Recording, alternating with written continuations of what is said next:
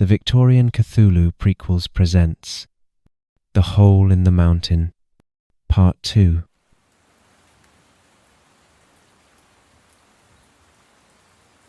Nathaniel Milbane refilled his pipe as he watched Professor Blackwood efficiently finish his own notes with practiced ease. The afternoon light had shifted in the study as they absorbed the implications of what they had read so far. "So," Blackwood said, his pen scratching neatly in his notebook, "the boarding party returns from the Marlin with their grim discovery. What happens next?" Nathaniel opened Brady's second journal, noting how the handwriting remained steady despite the extraordinary events described. "Let us see how young Brady and his companions dealt with what they found in that cursed ship's hold." Back aboard the Arena, the expedition members gathered in the small galley to discuss what they had witnessed aboard the Marlin. Captain Toft had provided hot tea and rum to combat the cold, while Professor Penrose paced restlessly despite his absence from the boarding party. "Those poor devils," Dr. Dalton said quietly, still shaken by the encounter. "I've never seen anything like it in all my medical training. They appeared dead, yet somehow animated." "What could cause such a thing?" Wren asked, though Brady noticed the young archaeologist seemed more excited than horrified by the discovery. Brady felt the weight of their collective confusion. After his vision, Roddy's warnings, and now the direct encounter with the transformed crew, the pattern seemed clear to him, but his companions struggled to understand what they had witnessed. "I don't know," Dr. Dalton admitted honestly. "Some sort of disease, perhaps? Though the symptoms are unlike anything in medical literature." "Brady mentioned visions during the local ceremony," Wren observed. "Perhaps there's a connection we haven't considered." Brady seized the opportunity. "The entity I saw, sir, it spoke of transformation, of changing people to serve its purposes. What we encountered on the Marlin fits that description exactly." Professor Penrose stopped pacing. "You believe some supernatural force is responsible? That seems rather far-fetched." "Does it?" Brady challenged. "After what we've all just witnessed? Those men were dead, yet they moved and attacked with purpose. How do you explain that scientifically?" The group fell silent, each man wrestling with the implications. Finally, Captain Toft spoke with the practical authority of long maritime experience. "I've seen many strange things at sea," he said gravely. "Not all of them fit into tidy explanations. What matters now is determining our next course of action." "We need to understand what caused this," Wren declared, his academic ambition overriding caution. "There may be evidence aboard the Marlin that could explain everything." Dr. Dalton nodded thoughtfully. "If we could examine their research materials, medical records, perhaps discover what they encountered." "You want to go back?" Brady asked incredulously. "We have a responsibility," Professor Penrose proclaimed. "To science, to Dr. Brown's memory, and to preventing this catastrophe from spreading further, we must investigate thoroughly." Brady looked around the group, realizing that despite everything they had witnessed, academic curiosity was winning over prudent caution. "What about the bodies?" he asked. "Do we simply leave Dr. Brown and his crew aboard that cursed vessel?" Captain Toft stroked his beard thoughtfully. "Christian duty requires we bring them home for proper burial. The weather's turned cold enough that the bodies will keep for our journey back to port." "Then it's settled," Penrose declared. "We return to the Marlin to gather evidence and retrieve the remains, with proper preparations, of course." Their second approach to the Marlin proved more cautious than the first. This time, all 5 expedition members boarded the schooner together, bringing lanterns, ropes, and Dr. Dalton's expanded medical supplies. The transformed crew lay where they had fallen, motionless and apparently truly dead this time. "The hold," Wren suggested after they had secured the main deck. "If they discovered something, it would likely be stored below." The descent into the Marlin's lower decks required careful navigation around the scattered remains of their earlier battle. The stench that had troubled them before seemed somewhat lessened, though it remained unpleasant. Brady led the way with his rifle drawn, unwilling to take any chances. They found what they were looking for in the ship's hold. A massive block of ice, perhaps 8 feet tall and 4 feet wide, dominated the space. Heavy sailcloth had been partially removed, revealing the translucent surface beneath. Within the ice, clearly visible despite the clouded preservation, lay something that defied easy description. "My God," Professor Penrose breathed. "What is it?" Within appeared a creature of roughly human in proportions, but fundamentally wrong in every detail. Its limbs seemed to flow rather than bend at proper joints, while its face possessed features that belonged to no earthly creature. Most disturbing was the sense that despite being frozen solid, some awareness persisted within. "Look here," Dr. Dalton said, pointing to a section where the ice had been deliberately chipped away. "Something has been removed." Brady studied the damaged area, comparing it in his mind to the creature they had captured from Roddy's body. The size and shape matched perfectly, a small piece of this larger entity. "That's where the creature in our specimen jar came from," he realized aloud. "Roddy said he let it in. He must have taken a piece of this thing." "But why?" Wren wondered. "He spoke of a choice," Brady recalled. "Let it in, or suffer with madness. Perhaps the others refused, and that's what drove them to become those things we fought." Brady felt increasingly uneasy as his companions studied the frozen entity with growing fascination rather than appropriate horror. The academic excitement in their voices reminded him uncomfortably of Roddy's warnings about the choice the Marlin's crew had faced. "We should take measurements, make detailed observations," Wren proposed eagerly. "This could represent the discovery of the century." "We should leave it alone, sir," Brady countered firmly. "This thing is what corrupted Dr. Brown's entire expedition. We've seen the results." But even as he spoke, Brady could see that his warnings were falling on deaf ears. The same scholarly enthusiasm that had driven them to Norwegian waters now focused entirely on the impossible creature trapped in ice. They discussed it in terms of natural philosophy and scientific discovery, unable or unwilling to grasp the malevolent intelligence that emanated from the frozen form.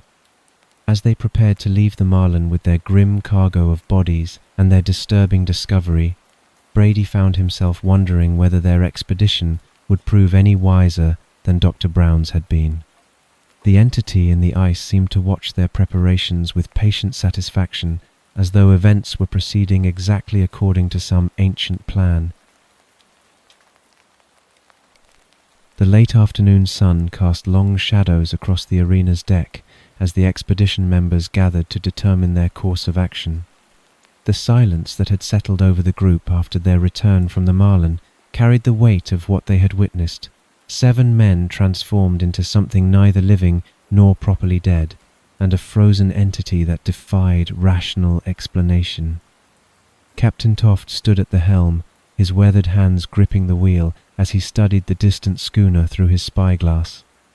The Marlin rode at anchor perhaps 200 yards away, her damaged rigging stark against the pale Arctic sky. To any casual observer, she might appear to be a vessel at rest, but those who had walked her blood-stained decks knew better. "Gentlemen," Professor Penrose began, his usual theatrical manner subdued by the gravity of their situation, "we must decide how to proceed. Of course, Dr. Brown and his crew deserve to be treated with the proper respect, but it now appears we have other factors to consider." Brady set down his tin cup of coffee, the bitter liquid having grown cold while his mind wrestled with the implications of their discovery. "With respect, the thing in the ice concerns me. It has already claimed 7 lives. How many more will it take if we transport it to populated areas?" "You speak as though it were alive," Wren observed quietly. The young archaeologist had been unusually contemplative since their return, his notebook filled with sketches and observations that he guarded carefully. "Surely it's merely a preserved specimen, fascinating, certainly, but hardly dangerous in its current state." Dr. Dalton looked up from his medical journal, where he had been recording his observations of the transformed crew. "I'm not certain we can make such assumptions, Mr. Wren.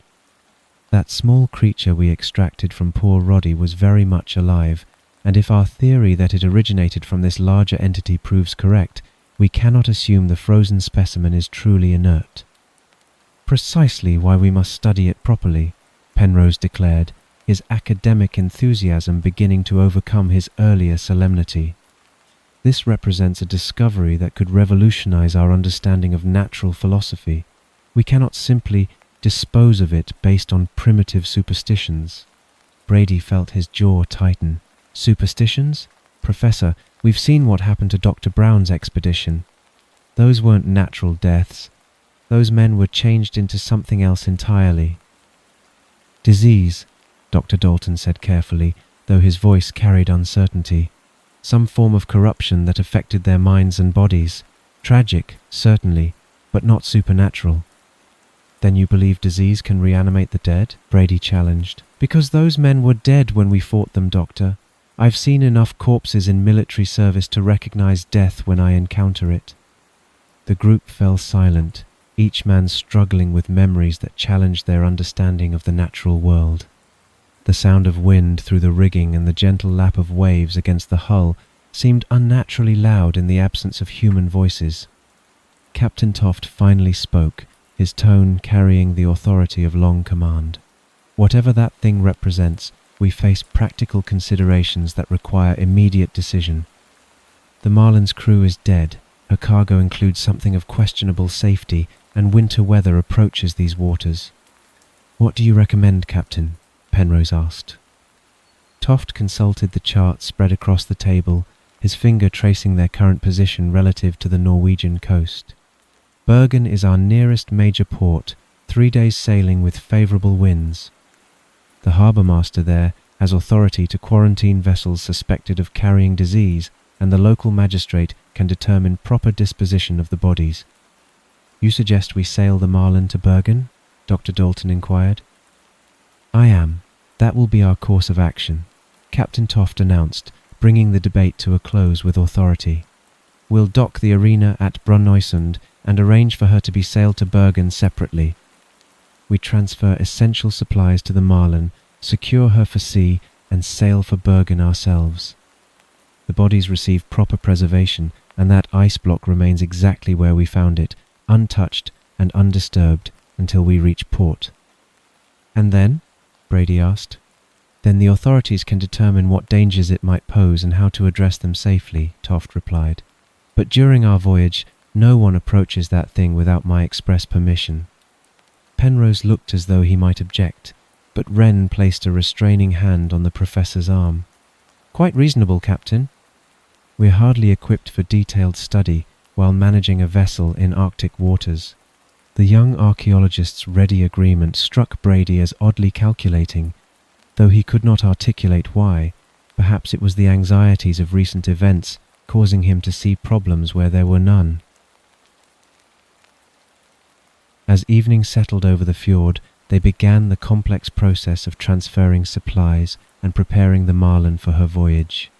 The schooner's greater size required careful attention to sail management and navigation, tasks that would demand every man's participation during the challenging days ahead. Brady found himself working alongside Dr. Dalton as they secured loose equipment in the Marlin's forward cabins. The physician worked with his customary efficiency, but Brady noticed a tension in his movements that suggested internal conflict. You have reservations about this course of action? Brady asked quietly. Dalton paused in his work, choosing his words carefully. As a medical man, I recognized the need to understand what claimed those poor souls. Yet as a human being, I fear we may be repeating their mistakes. Then why don't you speak against it? Because, Dalton replied with characteristic honesty, I'm not certain whether my fears represent medical caution or simple cowardice. The line between prudence and prejudice can be difficult to distinguish. Brady studied the doctor's earnest face, recognizing the genuine moral struggle behind his uncertainty. Here was a man who cared deeply about human welfare, but also understood the value of knowledge. Whatever lay ahead, Brady felt grateful to have such steady companionship during the trials to come. As night fell over the Norwegian fjord, the Marlin prepared for her journey to Bergen, carrying the dead, the living, and something frozen that belonged to neither category. In the ship's hold, the ice block waited with patient stillness, as though content to let human ambition carry it toward whatever purpose it had been preserved to serve. The morning mist clung to Bergen's harbour as the Marlin approached the busy port, her damaged rigging and weathered hull drawing curious stares from fishermen preparing their nets. Brady stood at the bow, watching the city's red-roofed buildings emerge from the grey dawn like something from a medieval tapestry. After 3 days aboard the schooner, the sight of civilization should have brought relief. Instead, he felt only growing unease. Captain Toft had spent the better part of an hour in discussion with the harbour-master's representative, a nervous young clerk who seemed overwhelmed by their unusual circumstances. Finally, the man returned with instructions that carried the weight of official uncertainty. The harbour-master regrets that Bergen possesses no designated quarantine facilities, the clerk announced in heavily accented English. Given the unusual nature of your cargo and the reported deaths, you are directed to berth at the military harbour. The garrison commander will determine appropriate protocols. Brady watched Professor Penrose's face tighten with frustration. The academic had grown increasingly agitated during their voyage, his earlier enthusiasm replaced by a restless anxiety that manifested in constant pacing and muttered observations. Now the prospect of military bureaucracy seemed to push him toward open irritation. How long might such determination require? Penrose demanded. The clerk shrugged apologetically.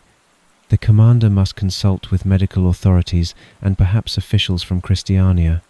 Such consultations, they take time. As they guided the Marlin toward the military berths, Brady found himself reflecting on the strange 3 days that had brought them to this moment. The voyage should have been straightforward. The waters were familiar and the weather was in their favour. Instead, it had become something far more troubling. The changes had begun subtly. On the first day, everyone had seemed focused on the practical demands of sailing an unfamiliar ship. Brady had thrown himself into the work, grateful for tasks that required concentration, and left little time for dwelling on what lay frozen in the hold below. Yet even then, he had noticed how conversations died when he approached, how his companions seemed lost in private thoughts that left them staring at the horizon with expressions of distant longing. By the second day, stranger symptoms had emerged. Brady had woken from restless sleep to find thin scratches along his forearms, not deep enough to be dangerous, but deliberate enough to suggest he had been clawing at his own skin during the night.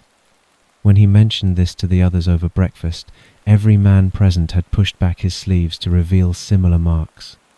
"Strange dreams," Dr. Dalton had explained quietly. "I find myself scratching unconsciously, as though trying to let something in." The phrase had hung in the air like an accusation none of them wanted to acknowledge. As they secured the Marlin at the military dock, Brady sought out Dr. Dalton for a private conversation. The physician had been their most rational voice throughout the expedition, and Brady hoped that medical training might provide some explanation for what they were all experiencing. He found Dalton in the ship's small surgery, methodically organizing his medical supplies with the sort of obsessive precision that suggested a mind-seeking control through routine. The doctor looked up as Brady entered, and for a moment his eyes held a strange, distant quality before focusing with apparent effort. "Mr. Brady," Dalton said warmly, though his voice carried an undertone of exhaustion, "how are you managing?" "That's what I hope to discuss with you," Brady replied, settling onto a wooden crate that served as makeshift seating. "This voyage has been unusual." Dalton's hands paused in their organizing. "In what sense?" "The scratching, for one thing, and the dreams, though I can never quite remember them upon waking." "There's also," Brady hesitated, searching for words to describe the inexplicable compulsion that had been growing stronger each day. "I find myself drawn to the hold. Not curious exactly, but pulled toward it in a way I cannot explain rationally." "Ah!" Dalton set down the bottle he had been examining and turned to face Brady directly. "You feel it too, then?" "Feel what?" "A call. That's how I think of it. Something that whispers at the edge of the mind, promising answers to questions I didn't know I possessed." Dalton's voice carried the careful tone of a man describing symptoms he did not fully understand. As a physician, I should attribute such experiences to stress, unfamiliar environment, perhaps some form of collective hysteria brought on by our traumatic discoveries. But you don't believe that? No, Dalton admitted quietly. I don't, because the call grows stronger each day and it seems specifically focused on that frozen entity. Whatever lies within that ice, it maintains some form of awareness, and it wants something from us. Brady felt a chill that had nothing to do with the northern climate. What about the others? Have you observed similar symptoms? Dalton nodded grimly. Professor Penrose has grown increasingly agitated. He speaks of great discoveries waiting to be made, of knowledge that could transform human understanding. But his enthusiasm has taken on a desperate quality, as though he fears missing some vital opportunity. And Captain Toft? The captain maintains his professional demeanour, but I've noticed him staring at the hold's entrance during his night watches. When questioned, he claims to be checking for damage or unusual sounds, yet his explanations lack conviction. Brady thought of Vickland, who had grown almost entirely silent during the voyage, performing his duties with mechanical efficiency while his eyes held the same distant quality Brady had noticed in Dalton moments earlier. We're all being affected, Brady realized aloud. Whatever that thing is, its influence extends beyond the hold. I believe you're correct, Dalton agreed. The question is whether we can resist long enough to reach proper authorities who might know how to contain it safely. Their conversation was interrupted by footsteps above, heavy boots that suggested military personnel boarding the vessel. Through the surgery's small porthole, Brady could see uniformed figures speaking with Captain Toft while examining the ship's condition with professional skepticism. We should join them, Dalton suggested, rising to gather his medical bag.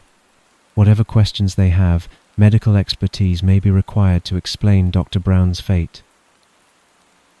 As they made their way to the main deck, Brady caught sight of Wren emerging from the forward companionway.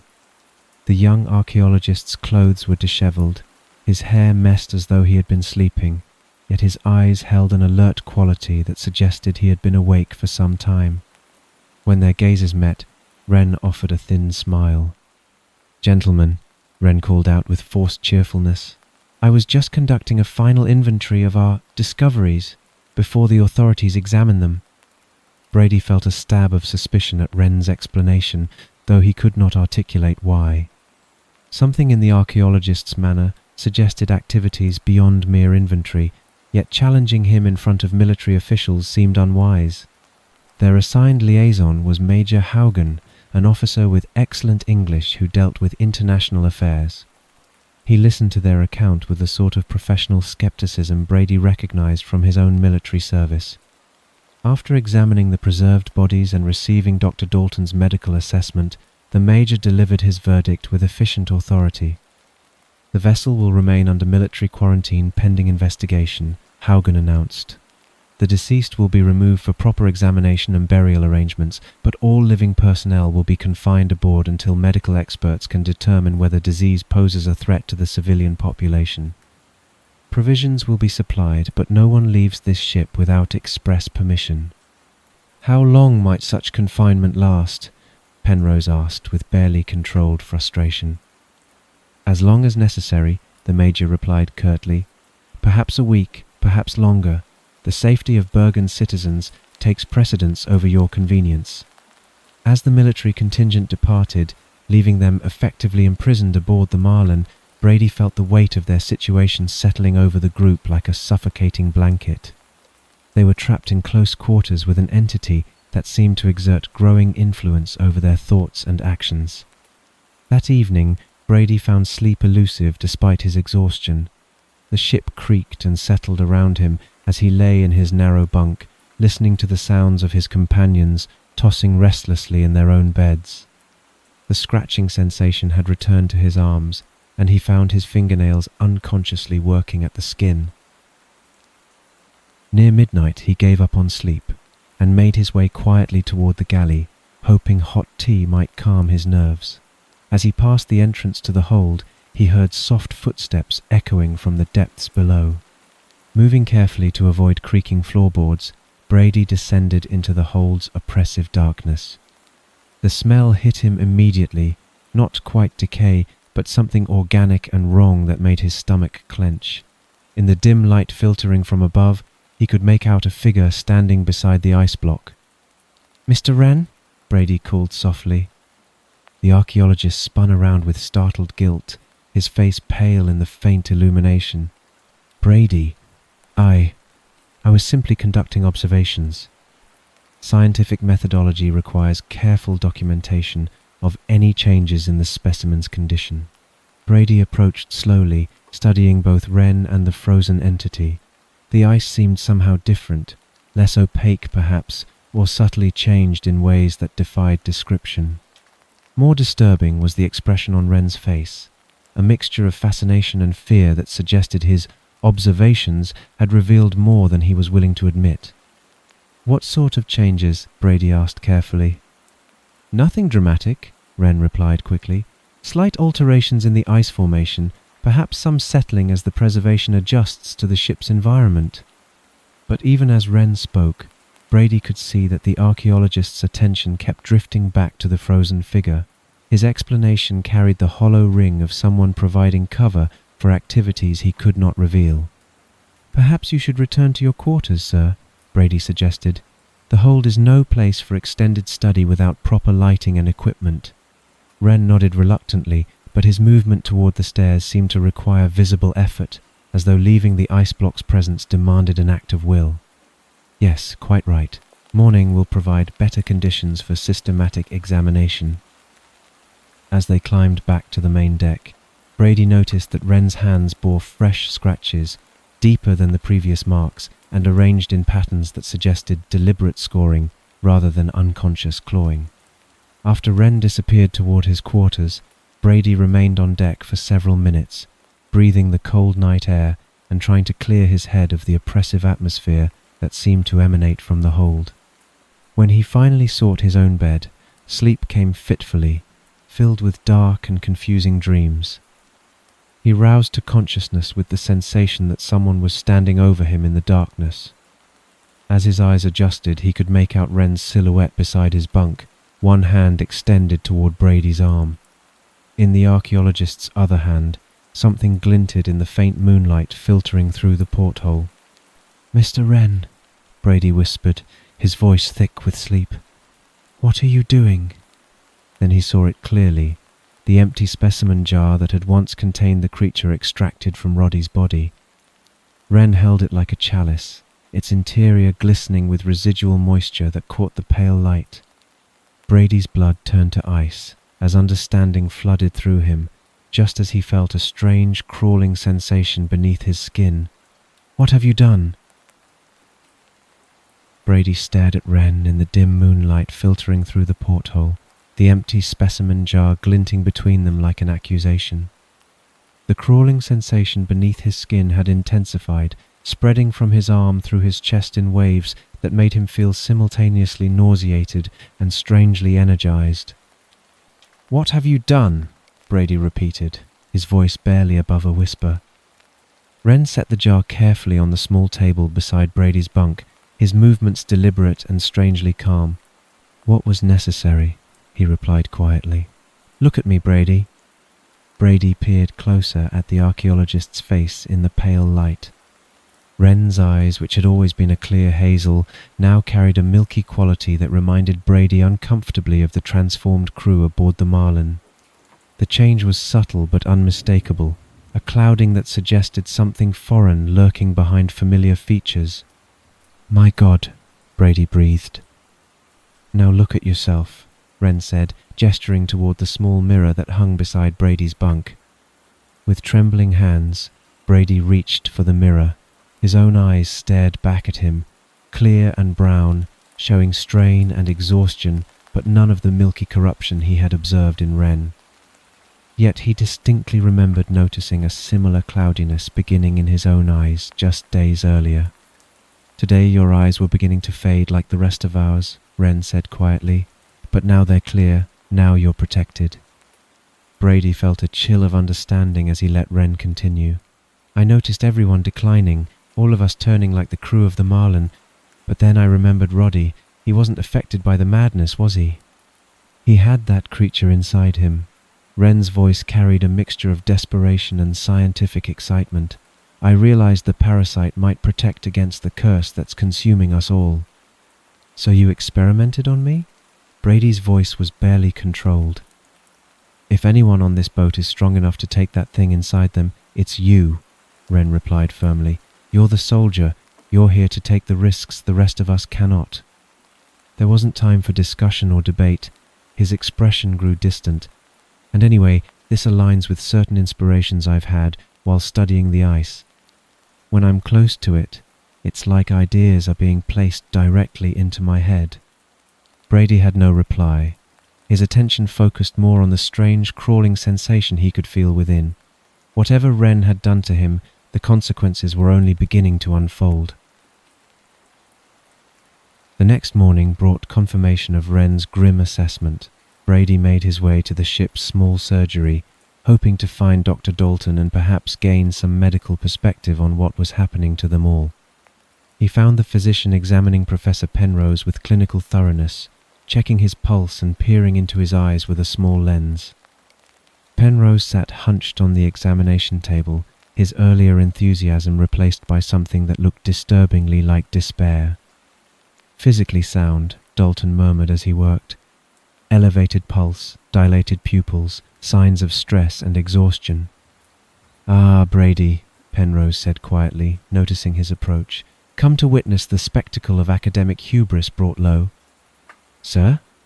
Penrose gestured at his scattered notes with bitter self-recrimination. "Look at these scribblings. Discovery of the century, I called it. Revolutionary understanding of natural philosophy. Such magnificent arrogance." His voice cracked slightly. "I led us all into this nightmare because I couldn't bear the thought that Dr. Brown might make history while I remained a footnote." "Professor, you couldn't have known." "Couldn't I?" Penrose interrupted sharply. "A young private with no formal education recognized the danger immediately. A Sami elder warned us explicitly.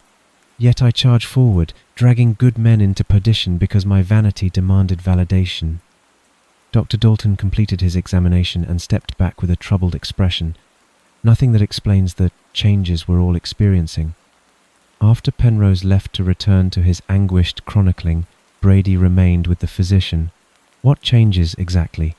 I've noticed the others seem different." Dalton set down his instruments with careful precision, his movements retaining their usual competence but carrying an underlying tension. Captain Toft has become increasingly volatile. This morning he erupted at Vickland over a minor rigging adjustment, completely unlike his usual temperament. And Vickland? Dalton paused, choosing his words carefully. Vickland speaks of hearing songs that aren't there. He sits for hours, staring at nothing, humming tunelessly. And Professor Penrose? Consumed by guilt and shame, as you witnessed, but there are physical symptoms as well. Dalton moved to the small mirror mounted on the surgery wall and gestured for Brady to join him. "Look at my eyes." Brady studied the physician's reflection and felt his stomach clench. Dalton's eyes, which had always been a clear grey, carried a milky quality that he had seen in Wren. "We all show the same progression," Dalton continued quietly. "The cloudiness, the behavioural changes, the sense of compulsion toward that thing in the hold. All of us, except..." He turned to study Brady's face intently. "Except you. Your eyes remain clear, your behaviour rational. Perhaps your military constitution provides some resistance? The process may simply be slower in your case." Brady felt the crawling sensation beneath his skin intensify at Dalton's words, a reminder of what Wren had done to him in the darkness. "Perhaps," he managed. After leaving Dalton to his medical concerns, Brady retreated to a quiet corner of the deck, his mind reeling with the confirmation of what he had observed. The entity's influence was consuming his companions systematically, yet somehow he remained unaffected, or appeared to. "We know why you aren't affected." Brady jerked upright, looking around the empty deck for the source of the voice. The words had been deep but distinct, carrying an oddly conversational tone, and seemed to come from inside himself. "Who are you?" Brady whispered, ensuring he was alone. The voice chuckled, and the crawling sensation inside him seemed to mirror the sound. "You know who I am." Brady answered back, this time just with his thoughts. "Then what are you?" "An interesting question," the voice replied with what sounded like amusement. "I am a little part of something much bigger." "I don't understand. The thing in the ice?" "You will never understand. You are not supposed to. Think of me as an ember, separate from the great fire, but capable of burning on my own." There was a pause, and when the voice continued, it carried a note of whimsical consideration. "Though I suppose a great fire emerging from a block of ice is rather a poor metaphor, isn't it? Your human language struggles with such concepts." Brady found himself oddly reassured by the voice's casual tone, which seemed more conversational than threatening. "Are you part of that thing in the ice?" "We are the same, yet now separate. I am a fragment given independent purpose, sent ahead to prepare the way." The ember voice carried a tone of clinical assessment. "Your companions deteriorate because they resist what cannot be changed. You remain clear because you carry me willingly, even if unknowingly." "What happened to Roddy? Why did you destroy him?" "I destroyed nothing," the ember voice replied with something resembling regret. "Roddy was weak. Fear consumed him, made him claw at his own flesh in desperate attempts to remove what he had willingly accepted. He destroyed himself rather than embrace knowledge. The rest of the crew, well, they withered so close to such unused potential. Your forms are too weak to remain so close to such power without protection." "My friends, the crew, they will die?" The ember voice was quiet for a moment, and when Brady was suddenly chilled by the silence, it spoke again. "They will die." "Then stop it. Help me." Brady's thoughts took on a determined tone. "Oh, I fully intend to help you, but not like that. Besides, I don't need to help you. You can stop it yourself." Brady knew what it wanted. Whether the ember voice was showing him, or whether it was instinct, he understood. "You want me to free the creature." The ember voice was silent, so he continued. "But if I do that, what horror will that unleash?" "Not a horror, a gift. It will use one of the humans here to walk among you, just as I have done with you, but not yourself. Our bond is complete. I like this arrangement. We shouldn't change it. But one of the others will serve admirably. Of course, such a large being will take over the body entirely. There will be very little left of the original. I am just an ember, small enough to share." It seemed to laugh again, the experience for Brady both strange and unsettling.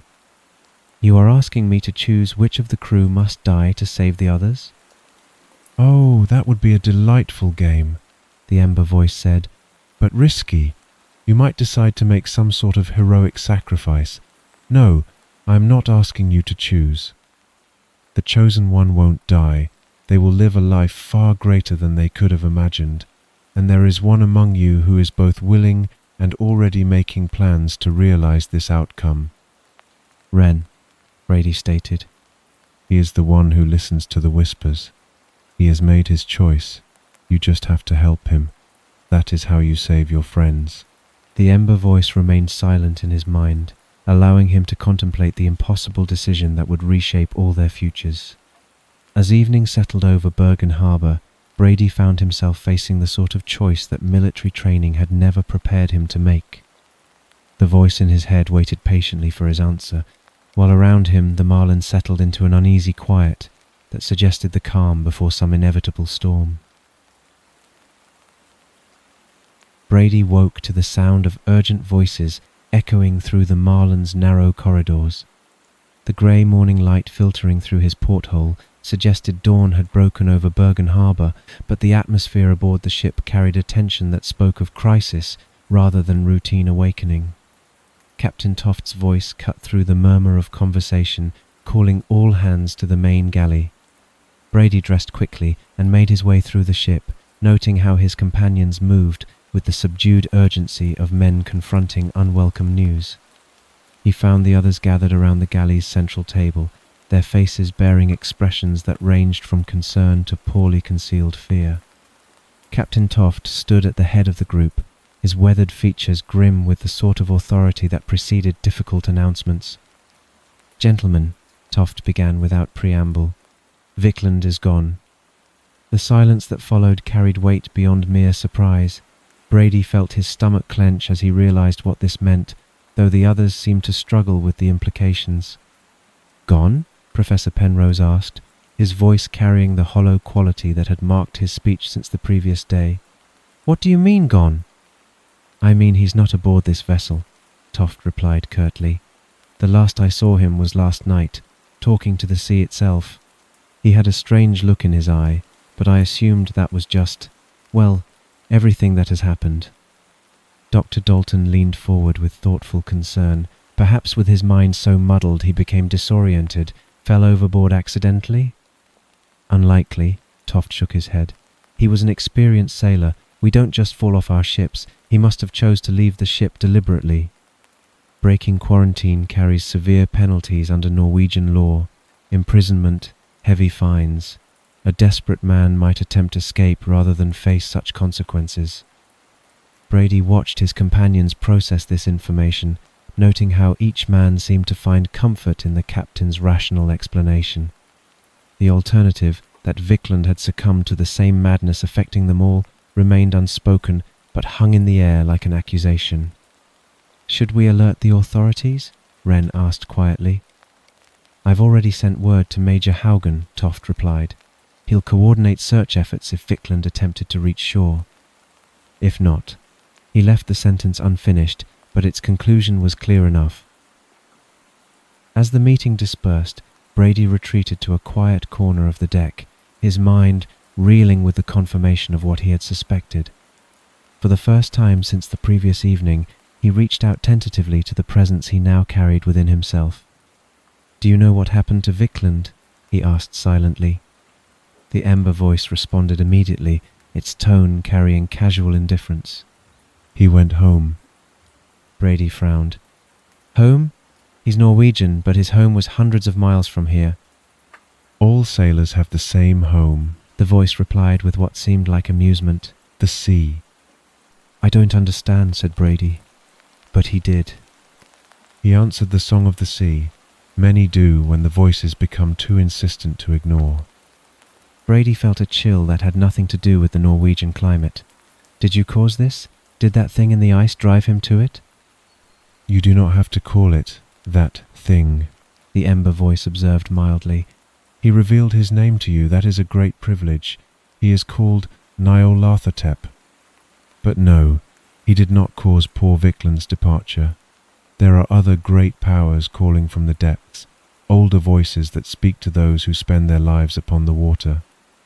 Nyarlathotep merely opened his ears to hear what was already there." The casual way the voice discussed Vickland's death, for Brady had no doubt that was what had occurred, struck him as profoundly alien. Here was intelligence that regarded human life as something temporary and expendable, worthy of neither mourning nor particular concern. "You know what you must do," the voice continued gently. "Your friend's fate demonstrates what awaits the others if you delay much longer."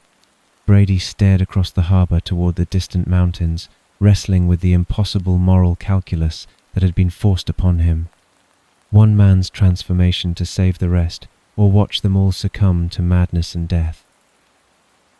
Later that morning he sought out Dr. Dalton in the ship's surgery. The physician was organizing his medical supplies with obsessive precision, his movements carrying the controlled desperation of a man trying to maintain order in circumstances that defied rational understanding. "Doctor," Brady began carefully, "might I ask you a hypothetical question?" Dalton looked up from his work, his eyes showing more of the telltale cloudiness that marked the entity's influence. "Of course. What troubles you?"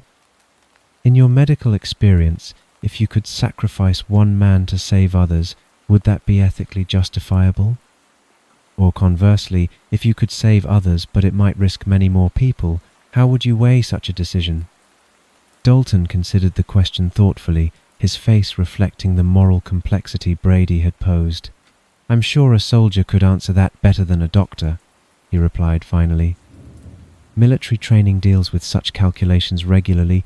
I simply try to help everyone I can, regardless of the broader implications. Are you well? Dalton added, studying Brady's face with medical concern. You seem troubled by something beyond our current circumstances. Yes, Brady replied, though the word carried little conviction. Thank you, Doctor. That has helped. As he offered a weak smile of gratitude, Brady noticed with a chill that the doctor's eyes had grown more clouded since their morning meeting, the milky glaze thickening like fog across clear glass. As afternoon settled over the harbour, Brady found himself standing at the ship's rail, staring out at the grey waters where Vickland had met his fate. The spot seemed to hold no particular significance, just another patch of sea beneath an overcast sky, yet Brady felt the weight of what had transpired there. Eventually he made his way below deck to the ship's hold, drawn by a compulsion he could not entirely explain. The massive ice block dominated the space as before, its translucent surface revealing the shadowy form within. Brady approached slowly, studying the entity that had orchestrated their entire ordeal. The thing inside the ice appeared roughly human in proportions, but fundamentally wrong in every detail. Its limbs flowed rather than bent at proper joints, while its face possessed features that belonged to no earthly creature. Most disturbing was the sense that, despite being frozen solid, some awareness persisted within, ancient intelligence that regarded Brady's approach with patient satisfaction. Standing face to face with Nyarlathotep's prison, Brady felt the full weight of the choice before him. Is this the right thing to do? He whispered. The ember voice remained silent, allowing him to wrestle with the decision alone. Brady found Wren in the forward cabin, sitting beside his bunk and staring at the wall with the sort of vacant intensity that had marked all their behaviour since boarding the Marlin. When Brady entered, the archaeologist looked up from his notes with mild curiosity. It was rare for Brady to seek him out. Let's do it, Brady said simply.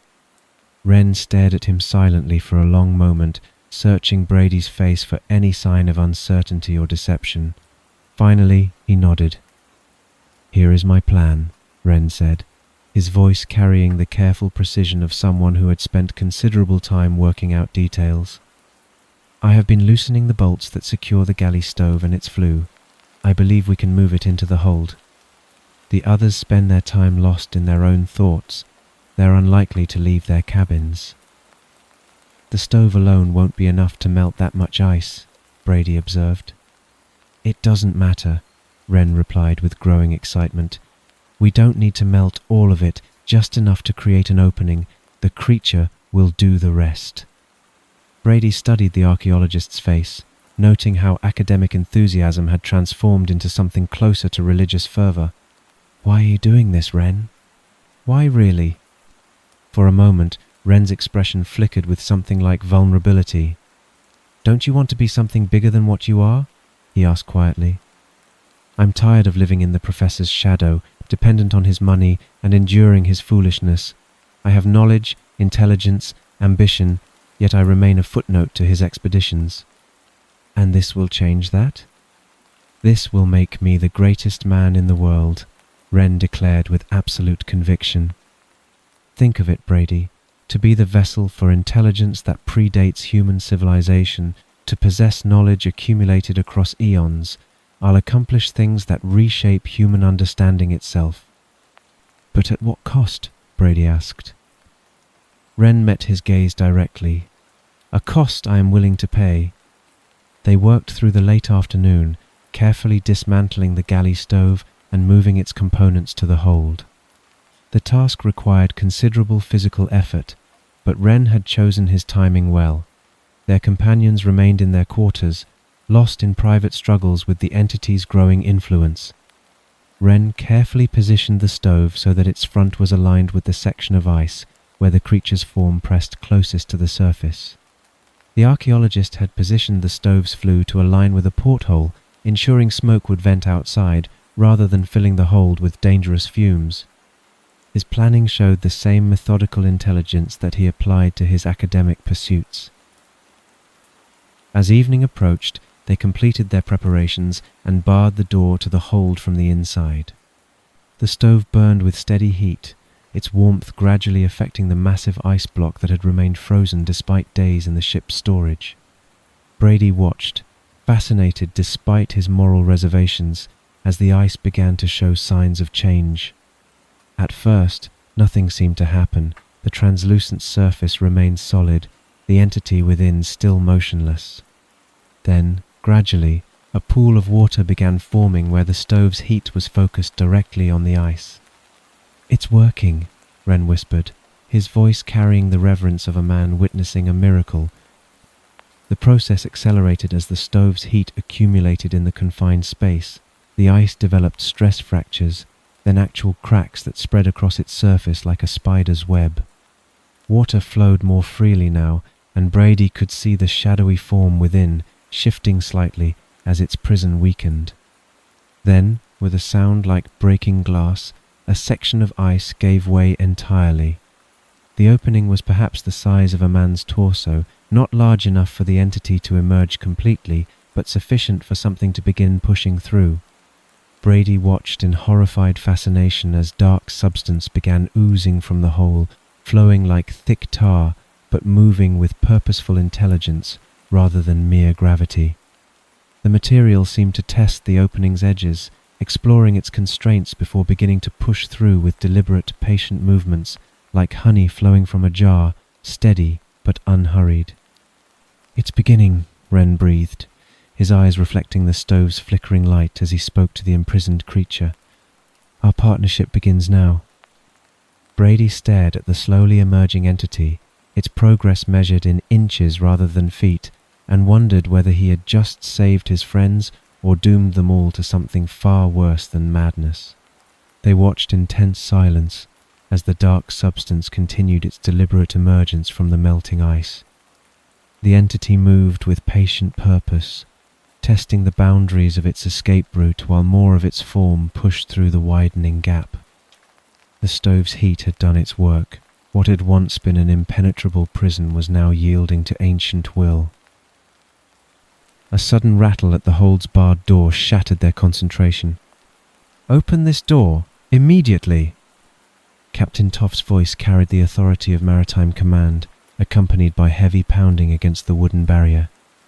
"Brady," Dr. Dalton's voice joined the captain's, tinged with concern. "Are you in there? We heard strange sounds, and there's smoke coming from the porthole." Brady looked toward Wren, who had turned from the ice to face the interruption with obvious irritation. The archaeologist's eyes held a fevered intensity that spoke of someone who would not be deterred from his purpose. "Jonathan, please," Dalton continued through the door. "Whatever you're doing, we should discuss it together. You're not thinking clearly." "He is saving us all," Wren called out, his voice carrying religious conviction, "something you lack the vision to understand." "Shouldn't we be making these decisions as a group?" Dalton replied, his tone growing more urgent. "Open the door, Brady. Let us help." Captain Toft's voice cut through the exchange with naval authority. "Private Brady, I am giving you a direct order. This is my vessel, and I command you to open this door immediately." Brady felt the weight of military conditioning warring with his desperate gamble to save his friends.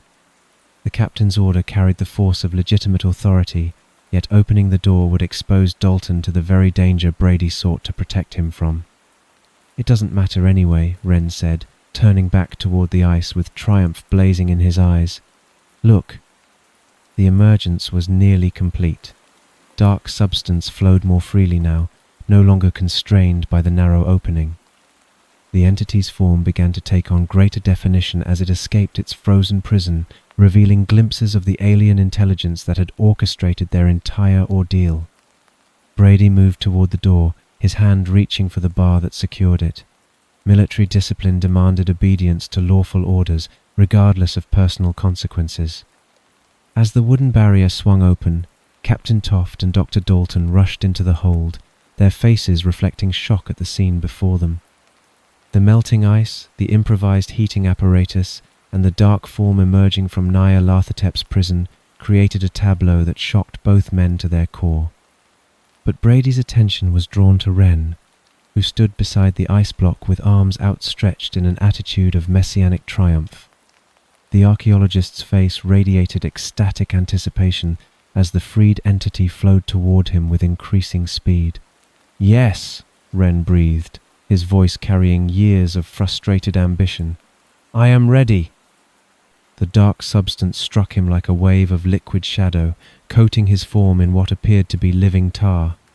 Wren's triumphant expression held for a moment, anticipating the promised transformation. But then his face transformed to confusion, then mounting horror as the entity began to flow away from him, leaving his trembling form behind. Wren reached desperately after the retreating darkness, his mouth moving soundlessly in shock.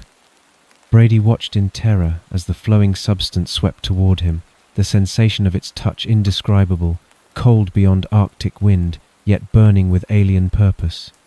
It flowed over his skin like mercury, moving over him with purposeful intent. Brady braced himself for what was to come. Ancient thoughts that predated human civilization pressed against his consciousness, whispering of cosmic truths too terrible for mortal minds to grasp.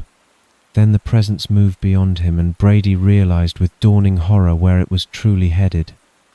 When it reached Dr. Dalton, the dark substance did not merely coat his form, it penetrated him entirely.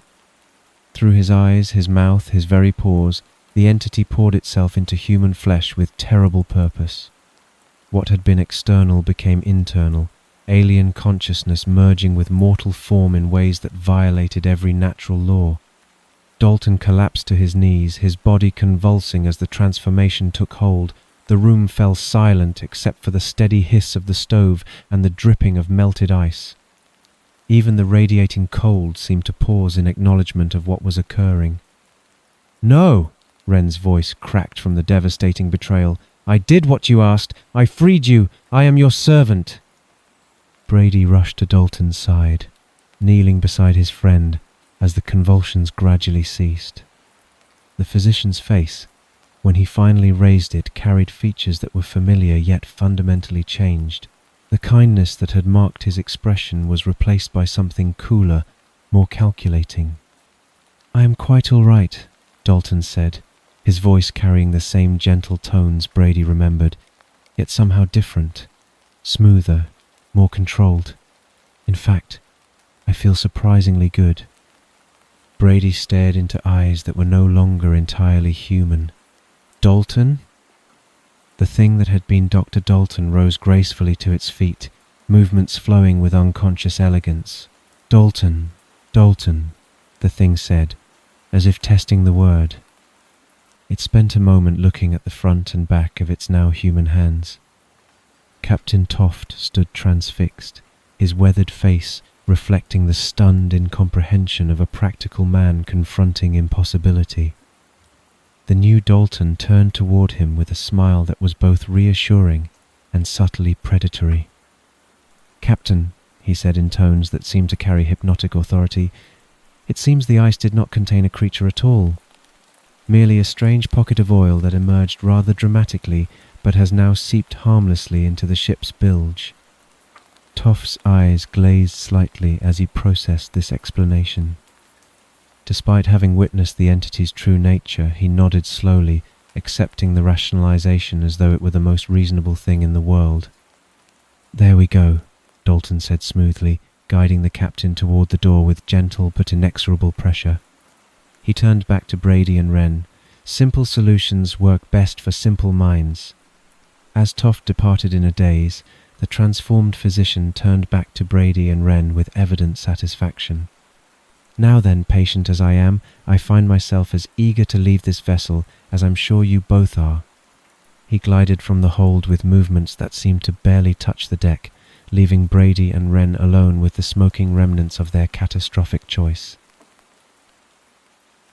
The morning of the following day, Brady and Wren sat in the ship's galley, the silence between them heavy with shared trauma and mutual recrimination.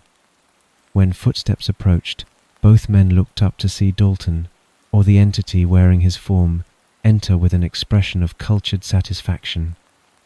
"Excellent news," he announced, settling into a chair with fluid grace. "I've had the most productive conversations with the harbour authorities. It seems our quarantine has been lifted." "How?" Brady asked, though he suspected he already knew. "I explained to the harbour master that our medical crisis has resolved itself completely. No disease, no contamination, simply the tragic loss of one crew member to an unfortunate accident." He smiled with evident satisfaction. Bureaucrats are wonderfully susceptible to confident medical opinions. "What about Professor Penrose?" Wren asked quietly, his voice carrying the hollow tone of someone whose world had collapsed. "The dear Professor has left to depart on a passenger liner bound for London. I convinced him that you both required extended medical observation before travel and that I would remain to provide necessary care." Dalton's explanation flowed with the smoothness of practiced deception. He seemed quite relieved to distance himself from recent events. "And Captain Toft?" "Toft has left to recover the arena. He appeared most eager to abandon this vessel and its unpleasant associations." Dalton's expression grew almost playful.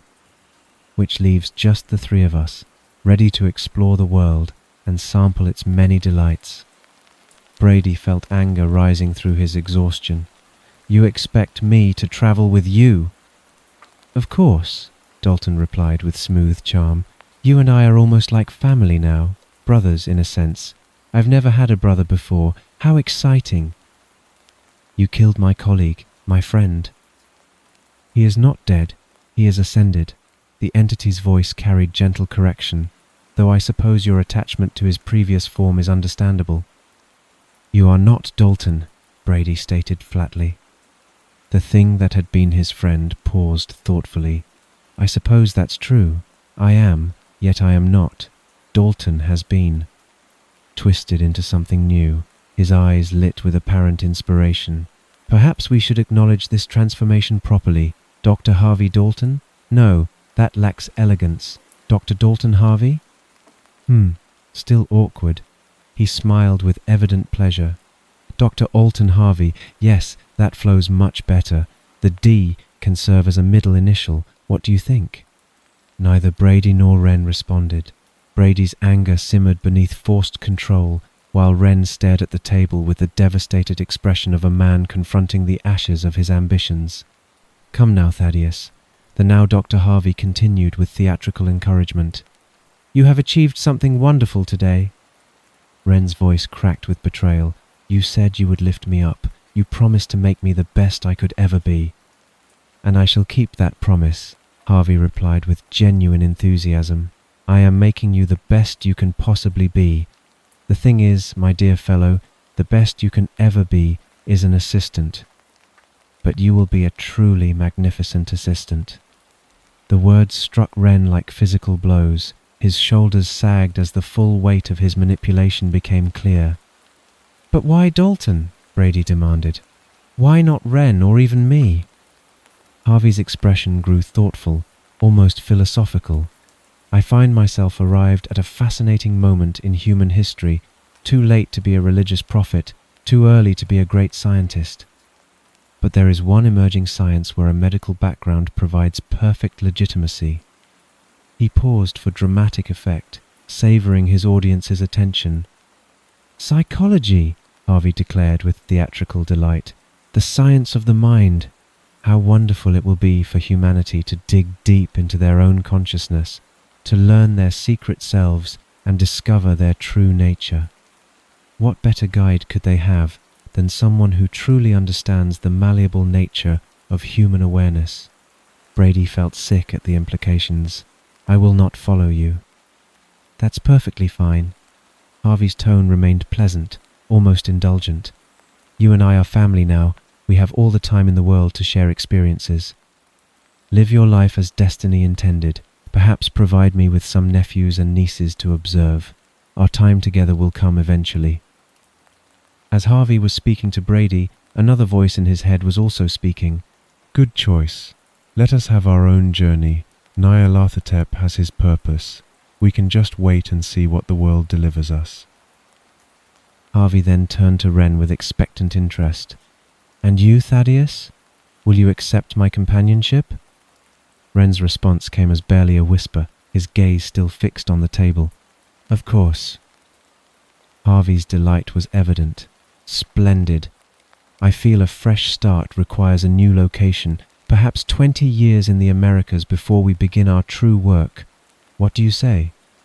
Wren, completely overwhelmed by the evening's revelations, could only nod in defeated acceptance. Brady watched this exchange with growing horror. In trying to save his friends, he had delivered something alien and terrible into the world.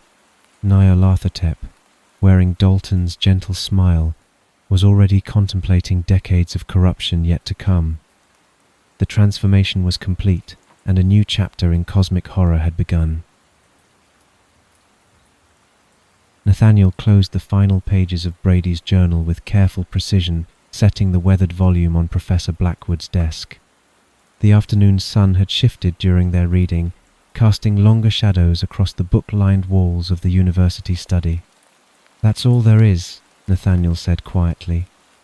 They sat in contemplative silence for several moments, each man wrestling with the implications of what they had read. The account seemed too fantastic to believe, yet too detailed and consistent to dismiss as mere delusion. So, Dr. Harvey is, Blackwood said finally. Our Dr. Harvey is an ancient creature of cosmic malevolence. He looked up at Nathaniel with dawning realization. Do you understand what this means? Nathaniel's expression grew thoughtful, then suddenly brightened with an unexpected spark of realization. Yes, he replied with smug satisfaction. It means I punched Nyarlathotep in the nose. The two men's chuckles broke the chilling atmosphere. The question remains, Blackwood continued, his academic mind returning to practical concerns, whether we accept young Brady's account as truth or the elaborate delusions of a man driven to madness by traumatic experiences.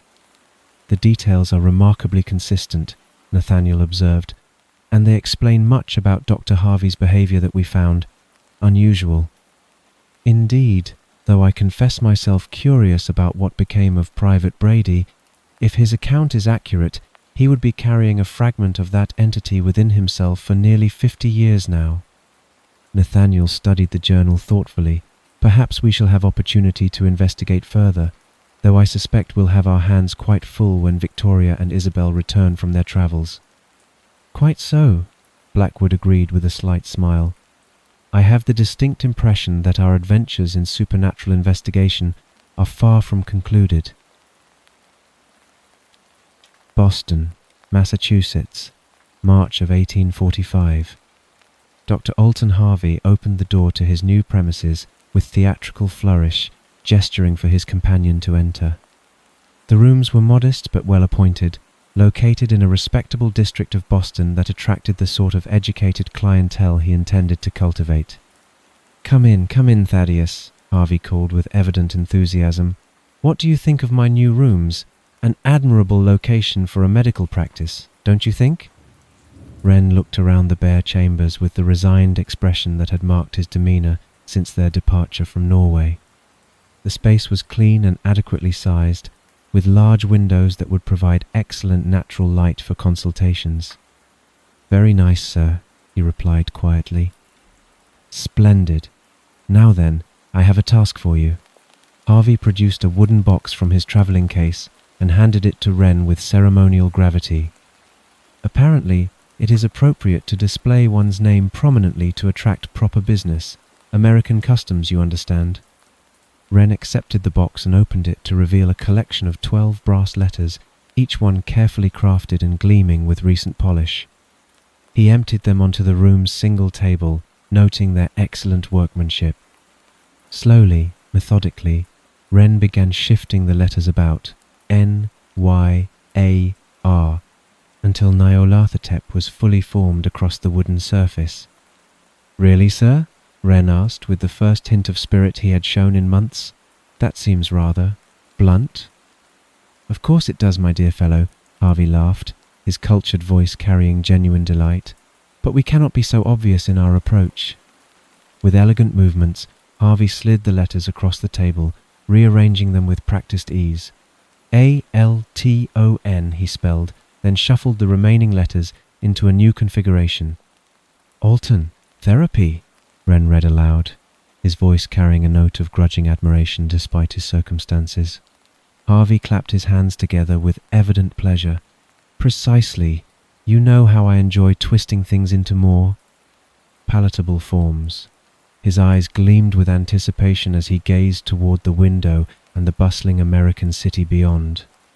"I have the distinct feeling that Alton Therapy is going to prove highly successful indeed." Outside, the sounds of Boston's growing prosperity drifted through the windows, carriages on cobblestone streets, merchants calling their wares, the steady rhythm of a nation building itself toward an uncertain future. None of the passers-by could have imagined that in the modest rooms above, an ancient intelligence was preparing to introduce humanity to entirely new forms of psychological understanding. The brass letters gleamed on the table, waiting to herald the beginning of humanity's next great psychological awakening. The end. I hope you enjoyed this prequel special. If you have, I'd appreciate a subscribe to the channel. There are more stories to come.